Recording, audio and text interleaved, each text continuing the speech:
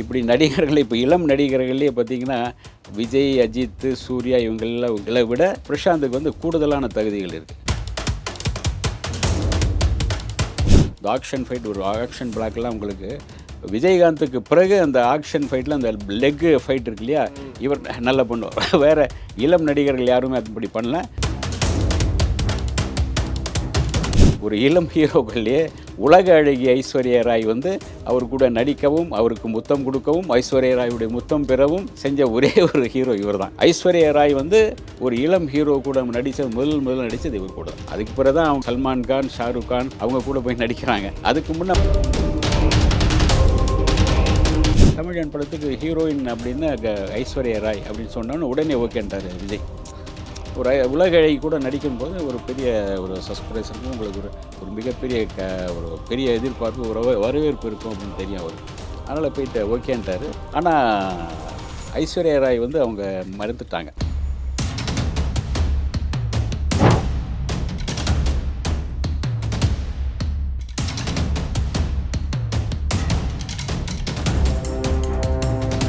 Real one நேயர்களுக்கு வணக்கம். இன்றைய சிறப்பு நேர்காணலில் நம்முடன் இணைந்திருப்பவர் மூத்த பத்திரிகையாளர் மற்றும் கலைமாமணி திரு சபிதா ஜோசப் அவர்கள். வணக்கம். வணக்கம். எப்படி இருக்கீங்க சார்? நல்லா இருக்கேன் சார். சார், நடிகர் பிரசாந்த் எல்லாருக்குமே தெரியும், டாப் ஸ்டாராக இருந்தவர், இப்போவும் டாப் ஸ்டார் தான். ஸோ ஆரம்பத்தில் வந்து அவருடைய கிராஃப் எப்படின்னு எல்லாருக்குமே தெரியும். உச்சத்தில் இருந்தார்.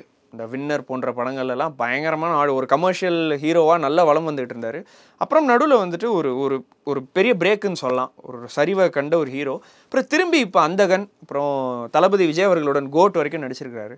ஸோ இவரோட வாழ்க்கை வரலாறை பற்றி நீங்கள் கொஞ்சம் விரிவாக சொல்லணும்னு ஆசைப்படுறோம் sir. Prashanth, top star Prashanth வந்து அவங்க தியாகராஜன், அவங்க அப்பா தியாகராஜன், சாந்தி அம்மா சாந்தி அவங்க அம்மா, ஒரே ஒரு தங்கச்சி பிரீத்தி அப்படின்னு இருக்காங்க. அப்புறம் வந்து அவங்க அப்பா ஒரு டைரக்டராக இப்போ வந்திருக்காரு. அதுக்கு முன்னாடி வந்து ஹீரோவாக நடிக்க ஆரம்பித்தார் நிறைய படங்கள்.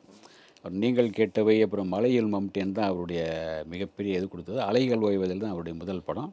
அவர் ஆக்சுவலாக அவர் என்னென்னா, ஒரு மியூசிக், அந்த வெளிநாட்டுக்கு மியூசிக் சம்மந்தமான அந்த இதெல்லாம் கொண்டு போய் இது பண்ணுவார். ஒரு தூதுவர் மாதிரி இளையராஜாவுடைய மியூசிக்கு அந்த வெளிநாடுகளில் முன்னெல்லாம் இந்த மாதிரி ஈஸியாக அவங்களுக்கு போகிறது கிடையாது. ரெக்கார்டு வாங்கிட்டு போய் விற்கிறது, அந்த படங்களுடைய பிஸ்னஸ் பண்ணுறது எல்லாம் பண்ணிகிட்ருப்பார். அப்படி பண்ணிக்கிட்டே வந்து சினிமாவுக்குள்ளே வந்துட்டு அப்படியே அவர் வந்து அலைகள் ஓய்வதில் நடித்தார். அதுக்கு பிறகு தான் ஒரு பிரசாந்த் ஒரு கட்டத்தில் இவர் நீங்கள் கேட்டவையெல்லாம் பார்த்திங்கன்னா அடியே அப்படின்லாம் சூப்பரான ஒரு பாட்டை டான்ஸ் ஆடிருப்பார் தியாகராஜன். தியாகராஜனுடைய சன்னாக வரும்போது இவர் அப்பாவுடைய ஜீன் அவருக்குள்ள இல்லையா நடிப்பு, அந்த நடிப்பு வந்து அப்பாவுக்கு கிடைக்காத வாய்ப்பு நிறைய இவருக்கு கிடைச்சது நிறைய. ஆனால் அவருடைய காலகட்டங்கள் வேறு, அவர் வந்து நிறைய சொந்த படங்களும் தயாரிச்சிருக்கார், சொந்தமாக ஹீரோவாக பண்ணி. மலையூர் மம்டியன், அப்புறம் வந்து உங்களுக்கு அந்த இவர் நடித்தது, அவருடைய பூகம்பம் அவரோட நிறைய படங்கள் பண்ணியிருப்பார்.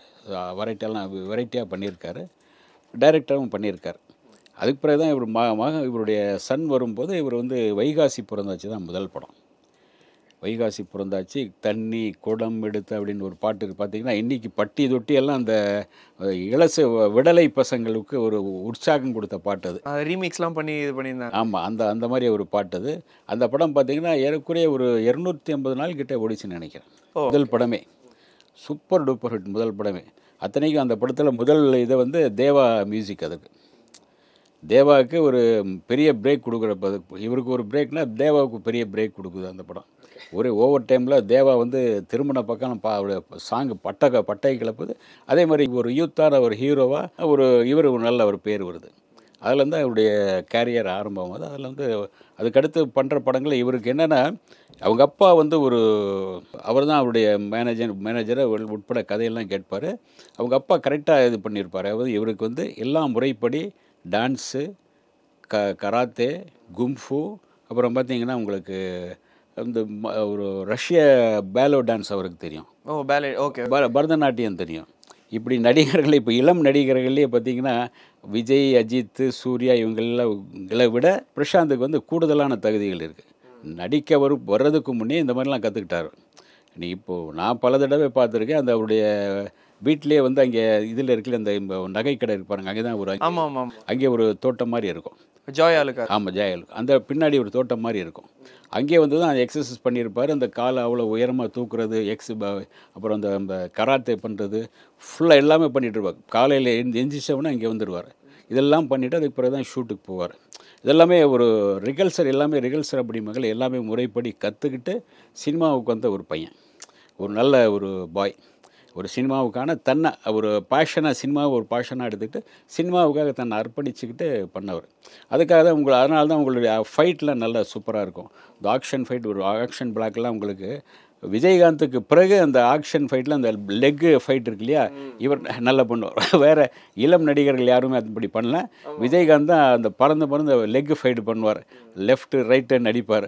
அதே மாதிரி இவருக்கும் அந்த லெக்கு ஃபைட்டு நல்லா சூப்பராக வரும். நிறைய டூப் இல்லாமல் பண்ணுவார்ல, இல்லாமல் பண்ணியிருப்பார். நிறைய இந்த குதிக்கிறது இது பண்ணுறது. ஏன்னா நானே பல தடவை பார்த்துருப்பேன், அங்கே வந்து குதிச்சு பார்ப்பார், இது பண்ணி பார்ப்பார். கால் இவ்வளோ தூரம், ஒரு நாள் கால் இப்படி வரும், ஒரு நாள் இவ்வளோ தூரம் உயர்த்துவார். ஏன்னா உங்களுக்கு லெக்கு ஃபைட் பண்ணும்போது இந்த கால் அப்படி கரெக்டாக அப்படி போகணும். ஃபைட் பண்ணும்போது இவன் இங்கே அடிக்கணும் அப்படின்னா கால் அங்கே வரைக்கும் போயிட்டு வரணும். அந்த எல்லாம் இருக்கு இல்லையா, ஃபைட்டுக்காக அதெல்லாம் கற்றுக்கிட்டு இருப்பார். இதெல்லாம் முறைப்படி கற்றுக்கிட்டதுனால உங்களுக்கு அந்த சினிமாவுக்குள்ளே வரும்போது இதெல்லாம் வந்து கரெக்டாக பயன்படுத்திக்கிட்டார். கொஞ்சோண்டு ஒரு ஆக்ஷன் பிளாக்கு நிறையா பண்ணுவார். லவ் சீனில் நல்லா லவ் சீன்லாம் கொஞ்சம் நல்லா அவருக்கு அமைஞ்ச ஹீரோயின்லாம் பார்த்திங்கன்னா ஒரு சூப்பரான ஹீரோயின். ஒரு இளம் ஹீரோக்கள்லேயே உலக அழகி ஐஸ்வர்யா ராய் வந்து அவர் கூட நடிக்கவும், அவருக்கு முத்தம் கொடுக்கவும், ஐஸ்வர்யா ராயுடைய முத்தம் பெறவும் செஞ்ச ஒரே ஒரு ஹீரோ இவர் தான். ஆமாம், அந்த டைமில் விஜய்கிட்ட கூட அவங்க சம்மதிக்கல நடிக்கிறதுக்கு. இல்லை, அந்த டைமில் அதுக்கு பிறகு அது நடந்தது. அது ஜீன்ஸில் நடிக்கும்போது இவருக்கு வந்து உலக அழகி ஐஸ்வர்யா ராய் ரொம்ப அவ்வளோ பொருத்தமாக இருந்தாங்க. அந்த ஜீன்ஸும் அவ்வளோ, அவர் ஜீன்ஸில் வந்து சங்கர் வந்து இவர் வேறு மாதிரி டோட்டலாக மாற்றிருப்பார். ஒரு அமெரிக்காவில் இருக்கிற ஒரு மாணவன், ஒரு கல்லூரி, அதாவது இந்த மருத்துவ கல்லூரி மாணவன்னா அதுக்கான ஒரு கெட்டப்பு, அந்த செட்டப்பு, அந்த ஃபைட், அந்த ஆக்ஷன் எல்லாமே உங்களுக்கு அந்த தோற்றமே வேறு மாதிரி மாற்றிருப்பார் இவர் சங்கர். அந்த சாங்கு கூட பார்த்திங்கன்னா 7 உலக அதிசயங்களில் 7 இடங்களில் போய் எடுக்கப்பட்டது. அந்த அளவுக்கு அந்த ஹைரப்பா அந்த பாட்டு, அன்பே கொள்ளாது, அது பார்த்திங்கன்னா செம்மையாக டான்ஸ் ஆடிருப்பார். நீங்கள் வந்து அதை ஃபுல்லாக அனுபவித்து நீங்கள் பார்க்கலாம். ஒன்றா அந்த அழகிய அப்படின்னு அந்த ஒரு இவர் மாதிரி இவங்க இருப்பாங்களே, அந்த மொகலாயர் மாதிரி ஒரு ஷர்ட் போட்டு அந்த மாதிரி அப்படியே ஒரு டான்ஸ் பண்ணிட்டு வருவார் அந்த சாங்கில். ஏன்னா அந்த அளவுக்கு அந்த சாங்கு சூப்பர் டூப்பர் சாங். அது ஏஆர் ரஹ்மான், சங்கர்னா அந்த கூட்டணியே ஒரு பெரிய இதாக இருக்குமே. ஒரு லவ் சார்ந்த ஒரு படம். அது சூப்பராக பண்ணியிருப்பார். ஐஸ்வர்யா ராய் வந்து ஒரு இளம் ஹீரோ கூட நடித்தது, முதல்ல நடித்தது இவர் கூட தான். அதுக்கு பிறகு தான் அவங்க வந்து அதில் இவங்க சல்மான் கான், ஷாருக் கான் அவங்க கூட போய் நடிக்கிறாங்க. அதுக்கு முதல்ல வந்து இவர் கூட நடிக்கிறாங்க, மோகன்லால் கூட நடிக்கிறாங்க. அவர் பெரிய முதிர்ச்சியான ஹீரோ, இவர் இளம் ஹீரோக்குள்ள இவர் தான் பிரசாந்த் கூட தான் நடிக்கிறாங்க. அது ஒரு பெரிய வாய்ப்பாக கிடைச்சது. இதுக்கு என்னென்னா, நீங்கள் அந்த விஜய் கூட சொன்னீங்க இல்லையா, அதாவது தமிழன் படத்துக்கு வந்து விஜயை தான் இவர் ஜிவி அவர் தான் தயாரிப்பாளர். அவர் வந்து தமிழன் படத்துக்கு அவர் கால் ஷீட் கேட்டிருந்தார். தமிழன் படத்துக்கு ஹீரோயின் அப்படின்னு ஐஸ்வர்யா ராய் அப்படின்னு சொன்னோன்னு உடனே ஓகேன்ட்டார் விஜய். ஒரு உலக அழகி கூட நடிக்கும்போது ஒரு பெரிய ஒரு சஸ்பிரைஸ் இருக்கும் உங்களுக்கு, ஒரு மிகப்பெரிய ஒரு பெரிய எதிர்பார்ப்பு, ஒரு வரவேற்பு இருக்கும் அப்படின்னு தெரியும் அவர். அதனால் போயிட்டு ஓகேன்ட்டார். ஆனால் ஐஸ்வர்யா ராய் வந்து அவங்க மறுத்துட்டாங்க. ஓகே, என்னென்னா பிரசாந்த்னா ஓகே, உங்களுக்கு அஜித் தான் ஓகே. ஏன்னா இவர் ரொம்ப சின்ன பையனா மாதிரி தெரிவார். விஜய் வந்து ரொம்ப சின்ன பையன் மாதிரி தெரிவார். பிரசாந்த்னா கொஞ்சம் எனக்கு ஜோடி கரெக்டாக அந்த இது தெரியும், உடல் வாகு எல்லாமே பார்த்தீங்கன்னா ஒரு பொருத்தமாக இருக்கும். இவர் நடிக்கும்போது ஒரு சின்ன பையன் மாதிரி இருக்கும், நான் கொஞ்சம் வயசான மாதிரி தெரியும், அக்கா அப்படி மாறிடும். அதனால் அது வேண்டாம், அவர் கூட நான் நடிக்கலை, வேறு நீங்கள் பிரசாந்தோ அஜித்தோ இருந்தால் பரவாயில்ல அப்படின்ட்டாங்க. அதனால் வந்து அதை வந்து உலக அழகி அதில் நடிக்கலை, அவர் கூட விஜய் கூட நடிக்கலை. அதுக்கு பிறகு தான் வேறொரு உலக அழகி தான் அவங்க கூட நடித்தாங்க அந்த தமிழன் படத்தில். அதனால் வந்து பிரசாந்துக்கு அந்த அளவுக்கு அவங்க வந்து ஒரு முக்கியத்துவம் கொடுத்துருந்தாங்க. ஆனால் அந்த ஜோடி பொருத்தம் கரெக்டாக இருந்தது உங்களுக்கு. இதில் பார்த்தீங்கன்னா அந்த ஜீன்ஸில் பார்த்தீங்கன்னா பிரசாந்துக்கும் ஐஸ்வர்யா ராய்க்கும் அந்த அளவுக்கு ஒரு ஜோடி பொருத்தமாக பக்காவாக பண்ணியிருப்பார் அந்த சப்ஜெக்ட்டு. அதே மாதிரி உங்களுக்கு ஜோடியும் கரெக்டாக பக்கமாக இதாக இருக்கும். அதுக்கு பிறகு தான் உங்களுக்கு சிம்ரான் கூடலாம் சில படங்கள் பண்ணியிருப்பாங்க. கண்ணெதிரே தோன்றினால் அந்த ஒரு சூப்பராக இருக்கும். சல்லோமியா அப்படின்னு அந்த பாட்டு எவ்வளோ இப்போ வரைக்கும் போயிட்டுருக்கு. ஆமாம், இப்போ வரைக்கும் தேவாவுடைய பாட்டு இன்றைக்குமே போயிட்டுருக்கு சல்லோமியா. அதே மாதிரி தேவா இன்னொரு படத்தில் ஒரு இன்னும் போட்டிருப்பார். நிறைய அவருடைய பாடல்கள், தேவாவுடைய அந்த கானா பாடல்கள்லாம் இவர்கிட்ட நிறைய வந்திருக்கும். கண்ணெதிரே தோன்றினால் பார்த்தீங்கன்னா அது ஒரு நட்பை வச்சு ஒரு நல்ல சூப்பராக. அந்த படம் பார்த்தீங்கன்னா வெள்ளி விழா படம். சிவசக்தி பாண்டியனுக்கு அது வெள்ளி விழா படம். அது மிகப்பெரிய ஒரு லவ் கலந்த ஒரு சப்ஜெக்ட்டு. சிம்ரான் ஜோடி சேரும்போது சிம்ரானுக்கு அதாவது சில ஜோடிகள் சேரும்போது உங்களுக்கு நல்ல கெமிஸ்ட்ரி இருக்கும், அந்த படங்களும் சக்ஸஸ் ஆயிரும். இவர் கூட சேர்ந்து நான் ஜோடி அதே மாதிரி ஸ்டாரு, அப்புறம் பார்த்தேன் ரசித்தேன், லைலா சிம்ரான் கூட நீங்கள் பண்ணும்போது அதில் பார்த்தேன் ரசித்தேனில் வந்து சிம்ரான் ஒரு வில்லி மாதிரி வருவாங்க. கொஞ்சம் வில்லி மாதிரி இவரை விரும்புவாங்க, வில்லி மாதிரி வருவாங்க. அதில் பார்த்தேன் ரசித்தேனில் ஜோடியை வந்து நான் ஒரு சாங்கு நல்ல செமையான சாங் இருக்கும், ஏஆர் ரஹ்மானுடைய சாங்கு, ஸ்டாரில் சாங்கு. அந்த சப்ஜெக்ட் தான் லேசாக கொஞ்சம் பெருசாக போலே தவிர யாரும் வேற ஒரு டைரக்டர் இவர் பண்ணியிருந்தான்னு நினைக்கிறேன். அது கொஞ்சம் ஆச்சரியிருந்தது. மற்றபடி அந்த சாங்கு லவ் சீன் எல்லாமே செமையாக இருந்தது அந்த படத்தில். ஜோடி சிம்ரான் கூட பண்ண படங்கள்.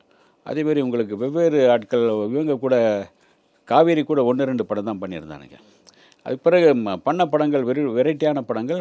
ரொம்ப கூட ஒரு பூமகள் ஊர்வலம், அது செம்மையாக போச்சு. அப்புறம் உங்களோட லண்டன் படம், லண்டனா ஆமாம், வின்னர் லண்டன் ரெண்டுமே வந்து பார்த்தீங்கன்னா காமெடி தான். வின்னரில் பார்த்தீங்கன்னா செம காமெடியாக இருக்கும். வடிவேலும் அவரும் பார்த்தீங்கன்னா ஒரு சைலண்ட்டான காமெடி இவர் பண்ணுவார், அவர் வந்து வைலண்ட்டாக பண்ணுவார், பயங்கரமாக பண்ணுவார். இந்த கைப்பிள்ளைய வந்து இந்த ரணக்கலமாக இப்போவும் நம்புகிறாங்களாடா நம்ம அப்படிங்கிற மாதிரி எல்லாம் இருக்கும். அண்ணா தம்பி உங்கள் அண்ணன் சொன்னதை மறந்துருக்கேனா அப்படிம்பார். அதாவது ஒரு மிகப்பெரிய ஒரு பெரிய 10 பேரை அடித்து தள்ளக்கூடிய ஒரு ஹீரோ, இவர் கூட வந்து இவர் கூட பம்புற மாதிரி இவர்கிட்ட பயப்படுற மாதிரி அப்படியே காட்டுவார். அது ஒரு செமையாக 2 பேருக்குள்ளே வந்து கெமிஸ்ட்ரி நல்லா அந்த அதாவது இந்த வில்லன்களை அடிக்கும் போதும் சரி, இவரும் இது பண்ணும்போதும் சரி, அண்ணன் போட்ட கோட்டை தாண்டி இருக்கானா அப்படிம்பார், அவர் போதை வாங்கிட்டு போவார். இந்த மாதிரி அதை நல்லா பண்ணியிருப்பார். அது கமர்ஷியலாக ஒரு போயிருக்கும். அப்படி இப்போ எடுத்துக்கிட்ட படங்கள் எல்லாமே பெரும்பாலும் சூப்பர் டூப்பர் ஹிட் ஆகிட்டு இருக்காரு. எல்லாமே கொஞ்சம் நல்லா பண்ணியிருப்பார். பிரசாந்த் கிட்ட இருக்கிற இன்னொரு ஸ்பெஷாலிட்டி என்ன, இன்றைக்கி வந்து இன்றைய நடிகர்களே உங்களுக்கு அப்டேட்டாக இருப்பார். உங்களுக்கு இன்றைக்கி என்ன கரண்டில் என்ன வந்திருக்கு, விஞ்ஞான ரீதியாகவும் மருத்துவ ரீதியாகவும் இன்றைக்கி என்ன கரண்டில் வந்திருக்கு, என்னென்ன புழக்கத்தில் இருக்குது அப்படிங்கிறது கரெக்டாக இது பண்ணுவார். அந்த அளவுக்கு பிரசாந்துக்கு ஒரு கமர்ஷியலாக, அதே சமயத்தில் உங்களுக்கு வந்து என்னென்ன கரண்டில் தெரியும். இப்போ நான் அதுக்காக ஒரு தொடர் கூட பண்ணலான்ட்டு இருந்தேன். இப்போது சமீபத்தில் என்ன வந்திருக்கு, அதை பற்றி அவனுடைய புழுக்கம் என்ன, அதை வந்து அந்த விஞ்ஞான ரீதியாக மருத்துவ ரீதியாக அதெல்லாம் வந்து இது வேறு கோள்கள் இதை பற்றியெல்லாம் சொல்லுவார். இதெல்லாம் வந்து இதை பற்றி எல்லாம் நீங்கள் கொஞ்சம் பேசணும், நீங்கள் வந்து கொஞ்சம் எழுதுங்க, நான் குமுதத்தில் தொடராக பண்ணலாம் அப்படின்னு கேட்டேன். அதுக்கு அப்போது வந்து பிஸியாக இருக்கிறனால முடியலை அது. அதனால் வந்து அந்த அளவுக்கு ஒரு நடிகர்களே உங்களுக்கு நிறைய தெளிவு இருக்கும். இப்போ அப்டேட்டாக இருப்பார், எல்லாமே புரிஞ்சு வச்சுக்குவார். அதனால் அந்த வகையில் ஒரு நல்ல ஆக்ஷன் ஹீரோ, நல்ல ஒரு டான்ஸர், அந்த வகையில் நல்லாமே என்ன பண்ணும். விஜய் அஜித் வந்து அந்த டைமில் அவங்களும் வந்து ஒரு நல்ல வளர்ந்து வர ஒரு ஹீரோஸாக தான் இருந்தாங்க. இப்போ நீங்கள் பிரசாந்த் சொல்லும்போது அவர் வந்துட்டு ஒரு அதான் எல்லாருக்கும் தெரிஞ்சது டாப் ஸ்டார், எல்லாம் ஆக்ஷன் அவர் கற்றுக்கிட்டாரு, கராத்தே குங்ஃபு டான்ஸ் எல்லாம் முறைப்படி கற்றுக்கிட்ட ஒரு ஹீரோ. ஸோ இவங்க 2 பேர் விஜய் அஜித்துக்கு எவ்வளவு காம்படேட்டராக இருந்தார், எவ்வளோ டஃப் கொடுத்தாரு பிரசாந்த் அவர்கள்? ஆக்சுவலாக பார்த்தீங்கன்னா விஜய்க்கு முன்னாடி இவர் தான் வந்துட்டார். ஒரு யதார்த்தமாக ஒரு சம்பவம் நடந்தது கமலா தேட்டரில். ஒரு பிரசாந்தோடைய ஃபங்க்ஷன் அன்றைக்கி வந்து விஜய் வந்திருக்கார். விஜய் வந்து நடிகர் ஆகலை, அவர் நடிகர் ஆகலை. பிரசாந்தோடைய வந்து அந்த எஸ்ஏ சந்திரசேகருடைய பையங்கிறனால உங்களுக்கு அந்த கமலா தேட்டரில் இருக்கவங்களுக்கு தெரியும், உதயம் தேட்டரில் இருக்கிறவங்களுக்கெல்லாம் தெரியும், ஈஸியாக தெரிஞ்சிடும். இவர் வந்து எஸ்ஏ சந்திரசேகர் பையன்லாம் ஈஸியாக அவர் டிக்கெட்டை வாங்காமல் அவர் பாட்டில் போய் உட்காந்து பேசி படம் பார்த்துட்டு இருப்பார். அந்த மாதிரி தான் விஜய் பண்ணுவார் அதில். அதனால் அன்றைக்கி வந்து இவர் அந்த ஃபங்க்ஷன் நடக்கும்போது இவர் ஃபங்க்ஷனுக்கு வந்திருக்காரு. வந்தவர் என்ன பண்ணால் பிரசாந்த் உட்கார வேண்டிய சேரில் இவர் உட்காண்டார். ஓகே, ஒரு ஹீரோ உட்காருவாங்களே அந்த மாதிரி சேரில். அப்புறம் வந்து பிரசாந்த் வந்த பிறகு எந்திரிச்சு நின்று அவர் அந்த பக்கம் வர, இவருக்கு இந்த பக்கம் உட்காந்தார். இந்த வழி இவங்களுக்குள்ளே வந்து ஃபஸ்ட்டு நடந்தது. ஆனால் பார்த்து ஆக்சுவலாக பார்த்தீங்கன்னா பிரசாந்த் கொஞ்சம் பின்தங்கிட்டார், இவர் முன்னே போயிட்டார். இங்கே என்னென்னா அவர் அவங்க அப்பா ஒரு டைரக்டராக இருக்கிறனால அவருக்காக கதை பண்ண தெரிஞ்சது. இவர் வந்து இவருடைய அப்பா ஒரு நடிகருங்கிறத அவருடைய ஸ்டைலில் அவர் கதைகள் தயாரித்தார், செலக்ட் பண்ண முடிஞ்சது. அந்த ஒரு இதுதான். அதே சமயத்தில் உங்களுக்கு வந்து 2 பேருக்குள்ள ஒரு நிறைய இது இருக்கும். விஜய் பார்த்திங்கன்னா ரொம்ப சாதாரணமான காஸ்டியூம் தான் போடுவார். ரொம்ப இளமையாக சில ஏதாச்சும் டிஷர்ட் போட்டுவார், ஏதாச்சும் போட்டு வந்துடுவார். ஒரு சமயம் வந்து நானும் அங்கே இருக்கேன். அதாவது இந்த விஜய்க்கு கல்யாணம், அந்த பத்திரிகை கொடுக்க பிரசாந்த் ஆஃபீஸுக்கு 12 மணிக்கு வர்றேன்ட்டார். நைட்டு மத்தியானம் 12 மணிக்கு இவர் வரேன்னு சொல்லிட்டாரு. அவர் வந்து எளிமையாக ட்ரெஸ் போட்டு வரும், நாமளும் கொஞ்சம் எளிமையாக ட்ரெஸ் போடணுமேனு இவர் ஓ பிரசாந்த், ஓகே. பிரசாந்தோ அதே மாதிரி எளிமையாக அவர் ட்ரெஸ் போடணுன்னு என்னமோ அந்த எடுத்து போடுறா இது போட்டு பார்க்குறா, அவர் திருப்தியே இல்லை. பிரசாந்தோடைய அப்பா என்னன்னா, அவங்களுக்கு சந்தோஷ் சுப்பிரமணியம்னு ஒரு படம் பார்த்தீங்க இல்லையா? ஆமா ஆமா. அதில் வந்து பெரிய மில்லியனருடைய பையனா ஜெயம் ரவி நடிச்சிருப்பார். அவங்க அப்பா எடுத்து தர காஸ்டியூம் எல்லாமே ஒரு ஒரு பெரிய ஒரு ஹை கிளாஸாக இருக்கும். ஹை கிளாஸான ஒரு ட்ரெஸ் எல்லாம் போடுவார். அதே மாதிரி தான் தியாகராஜன் அவங்க அப்பா பிரசாந்துக்கு எடுத்து கொடுக்குற காஸ்டியூம் எல்லாமே படத்தில் நடித்தாலும் சரி நடிக்காவிட்டாலும் அவர் காஸ்டியூம் எல்லாமே அவ்வளோ ஹை கிளாஸாக இருக்கும். ஒரே பையன் இங்கே ஒரு பையன் பொண்ணு அப்படிங்கிற நம்ம சம்பாரிச்சேன் நான் பையனுக்காக தானே அப்படிங்கிற ஒரு சந்தோஷத்தில் அவர் அந்த மாதிரி ஹை கிளாஸான காஸ்டியூம் எல்லாம் எடுத்து கொடுப்பார். அப்படி ஹை கிளாஸான காஸ்டியூமாக போட்டுட்டு இருக்கும்போது விஜய் வரும்போது திடீர்னு ஒரு சாதாரண ஷர்ட் போட்டு நிற்க முடியாது. அவரும் தேடி பார்க்குறாரு, முடியலை. கடைசியில் ஏதோ ஒரு ஒயிட் அண்ட் ஒயிட்டில் அதுவும் வந்து ஹை கிளாஸாக தான் இருந்துச்சு. வந்து தவிர்க்க முடியாமல் நின்று விஜய் பத்திரிக்கை கொடுக்க அந்த பத்திரிக்கையை வாங்கினார். அதை நான் பக்கத்தில் இருந்தேன். அப்போது ஒரு நல்ல ஒரு வந்து பேசிவிட்டு எப்படி இருக்கீங்க 2 பேரும் சந்தித்து ஒரு நண்பர்களாக பேசிட்டு போனாங்க. அந்த கல்யாணத்துக்கும் பிரசாந்தம் போயிட்டு விஜயுடைய கல்யாணத்துக்கும் நான் பேசிட்டு. எனக்காவது அவங்க அந்த ஃபர்ஸ்ட் மீட் பண்ண இன்சிடென்ட்டை பற்றி பேசியிருக்காங்களா 2 பேர் கமலா தேட்டரில்? அதை வந்து அவர் பேசியிருக்கலாம். அதுக்கு பிறகு இப்போ பேசியிருக்கலாம். அப்போது வந்து அவர் பிஸியாக இருந்தார். இவர் ஒரு சைடில் வந்து வந்துட்டு அப்படியே வேறு ஒரு ரேட்டுக்கு போய்ட்டு இவர் ஒரு வேறு ரூட்டில் போயிட்டார். அதனால் அவங்க சந்தித்து அதை பற்றி பேச சூழ்நிலை இப்போ வந்து இந்த படத்தில் பேசியிருக்கலாம், கோட் படத்தில் பேசியிருக்கலாம். ஏன்னா ஏறக்குறைய 2 பேருமே சேர்ந்து ஒரு கலக்கலாக ஒரு டான்ஸ் பண்ணியிருக்காங்க. ஏன்னா இவருடைய டான்ஸ் பர்ஃபார்மன்ஸ் வேறு மாதிரி இருக்கும், விஜயுடையது வேறு மாதிரி இருக்கும். ஏன்னா இவருடையது கொஞ்சம் முறைப்படி கற்றுக்கிட்டாலும் கூட அவருக்கு இந்த ஈடு கொடுத்து விஜய்க்கும் இவருக்கும் பிரபுதேவா எல்லாம் சேர்ந்து தான் பண்ணியிருக்காங்க. ஒரு கலக்கலான ஒரு டான்ஸ் ஒன்று இருக்குது, சூப்பராக இருக்குது அந்த டான்ஸு. 50 செகண்ட் ஆடினாங்க. ஆமாம், அது வந்து அந்த படம் வரும்போது இன்னும் கொஞ்சம் ஒரு பெரிய கட்டமாக இருக்கும். பிரசாந்த் வந்து விஜயுடைய நண்பராக ஒரு முக்கியமான கதாபாத்திரத்தில் அது வர்றாரு. அந்த படமும் பார்த்து ஏறக்குறைய விஜய் இப்போ சமீபத்தில் படம் பார்த்து ஓகே நல்லா வந்திருக்கு ஓகேன்னு சொல்லிட்டு அதான் கேள்விப்பட்டிருக்கேன். ஆமாம் இருக்கலாம். ஏன்னா வந்து பெரும்பாலும் வெங்கட் பிரபு வந்து பயங்கர கமர்ஷியல் மேன், கொஞ்சம் கமர்ஷியலாக பண்ணியிருப்பார்னு நினைக்கிறேன். அது வந்து நல்லா கொஞ்சம் காமர்ஷியலாக இருக்கும், அது சமயம் காமெடி கலந்துருக்கும். விஜய்க்கு வந்து அந்த காமெடி சென்ஸ் கொஞ்சம் அதிகமாக இருக்கும், இவருக்கும் பிரசாந்துக்கும் அந்த காமெடிலாம் இருக்கும். அது கலந்து பண்ணும்போது கொஞ்சம் காமெடி, ஃபைட், ஆக்ஷன்லாம் கலந்து, ஆக்ஷன் பிளாக்கு, லவ் எல்லாம் கலக்கும்போது கொஞ்சம் ஒரு வேறு வெரைட்டியாக இருக்கும் அந்த படம்னு நினைக்கிறேன். இப்போ அவர் வந்து அந்தகன் அப்படி அது இந்த இது வரும்போது உங்களுக்கு கோட் வரும்போது ஒரு அடுத்த கட்டத்துக்கான ஒரு நகர்வாக இருக்கும். அதே சமயத்தில் அதுக்கு முன்னாடி அவருடைய சொந்த படமும் வர இருக்கு. ஆமா, இப்போ அந்தகன் அந்த படம் வந்து இப்போ ஆக்சுவலி பிரசாந்த் அவர்கள் நினைச்சிருந்தாருன்னா சும்மா சொந்தமா கூட ஒரு கதை எழுதின ஒரு இயக்குனரை வச்சு கூட ஒரு படம் பண்ணியிருந்திருக்கலாம். ஆனா அந்த படத்தை ரீமேக் பண்றதுக்கு என்ன ரீசனா இருக்கும்னு நினைக்கிறீங்க சார்? இது ஒரு ஹிந்தி படம். ஆக்சுவலி ஹிந்தியில் வந்து அந்த படம் நிறைய சக்ஸஸாக போச்சு. 2018 அந்த படம் வந்தது ஹிந்தியில். அந்தாதூன் பேரில் வந்து அதான் அந்தகன். ஏறக்குள்ள அந்ததூன் வரும்போதே அந்த படத்தினுடைய லேசாக அந்த படத்தை சுட்டு தான் இவர் வந்து நம்ம மிஷ்கின் வந்து சைக்கோன்னு ஒரு படம் பண்ணியிருப்பார். அந்த ஸ்டோரி தான் அதில் அதுலேருந்து கொஞ்சம் சுட்டு தெரியாமல் சுட்டு எடுக்கிறது தானே அந்த படம். இந்த படம் இங்கிலீஷ் படம் பார்த்து சுடுவாங்கள்ல, அந்த மாதிரி சுட்டு எடுத்து தான் அதில் கொஞ்சம் சுட்டு எடுத்திருப்பார். ஆனால் இவர் வந்து தியாகராஜன் தான் இந்த படத்துக்கு ஸ்க்ரீன் பிளே டைரக்டராக இருக்கிறனால என்ன பண்ணான்னா ஸ்க்ரீன் பிளே ஃபுல்லாக டோட்டலாக மாற்றிருக்கார். அந்த சப்ஜெக்டும் கொஞ்சம் அப்படியே கொஞ்சம் ஃபுல்லாக அதுக்கான வேறு வெர்ஷன் மாற்றி இன்னும் கொஞ்சம் அழகாக இன்னும் கொஞ்சம் இம்ப்ரூவ் பண்ணியிருக்கார். ஏன்னா இன்னும் கொஞ்சம் கலகலப்பாக இருக்கணும் அந்த சப்ஜெக்டை. அந்த சப்ஜெக்ட் வந்து ஏறக்குறைய உங்களுக்கு யார் பண்ணாலும் போகும் அப்படின்னு கேஎஸ் ரவிக்குமார் சமீபத்தில் கூட அதில் கேஎஸ் ரவிக்குமார் நடிச்சிருக்கார். அவர் கூட ஒரு முக்கியமான ஒரு டாக்டராக வந்திருப்பார். அதனால் வந்து அவரே சொன்னார், இந்த கதைக்கு யார் வேணால் நடிச்சாலும் சூப்பராக வரும். ஆனால் இதுவும் தியாகராஜன் மிக வித்தியாசமாக பண்ணியிருக்காரு, ஸ்க்ரீன் பிளேலாம் நல்லா பண்ணியிருக்காரு, அந்த படம் வந்து சக்ஸஸ் ஆகும், நிச்சயமாக ஒரு சக்ஸஸ் ஆகும், அந்தளவுக்கு ஒரு இது பண்ணியிருக்காரு அப்படின்றார். அவரும் அந்த ஆக்ஷன் சீட்னு அந்த படத்துக்கான ஒரு இது கூட பண்ணியிருந்தாங்க, ஒரு சாங் எல்லாம் ரிலீஸ் பண்ணாங்க. டான்ஸில் வந்து பிரசாந்துக்கு சொல்லவே தேவையில்லை, பிரபுதேவா மாதிரி ஒரு கலக்கக்கூடிய ஒரு டான்ஸு, அந்த மாதிரி ஒரு டான்ஸ் கலக்கியிருந்தார் அந்த ஒரு பாட்டுக்கு. இப்போ பார்த்தா அந்த பாட்டுக்கு வேறு ரசிகர்கள்லாம் வைரல் பண்ணிகிட்டு இருக்காங்க. அவங்க டான்ஸ் ஆடி அது வைரல் ஆகிட்டு வந்துட்டு அது ஒரு படத்துக்கு ஒரு பெரிய வரவேற்பு தான். ஒரு வகையில் வந்து பிரசாந்துக்கு மறுபடியும் பிரசாந்துடைய பழைய ஃபேன்ஸ் எல்லாம் மறுபடியும் புத்துணர்ச்சியோடு எந்திரிச்சு மறுபடியும் பிரசாந்துக்காக ஒரு வரவேற்பு கொடுக்குற மாதிரியான ஒரு சூழல் இந்த படத்தில் அந்தகனில். அதே ஆகஸ்ட் 15 9 இது பண்ணியிருக்காங்க, அதுக்குள்ளே ப்ரீபான் பண்ணியிருக்காங்க. ஏன்னா விக்ரமுக்காக அது பண்ணிருக்காங்க. விக்ரம் ஏறக்குறைய அவருடைய சொந்தக்காரர் தங்கலான். ஏன்னா விக்ரமும் அவருடைய சொந்தக்காரர் தான் ஏறக்குறைய. ஒன்று விட்ட தம்பி அண்ணன் அப்படிங்கிறாங்கள, அந்த மாதிரி அவங்க அந்த மாதிரி சொந்தம் தான் அவருக்குள்ள.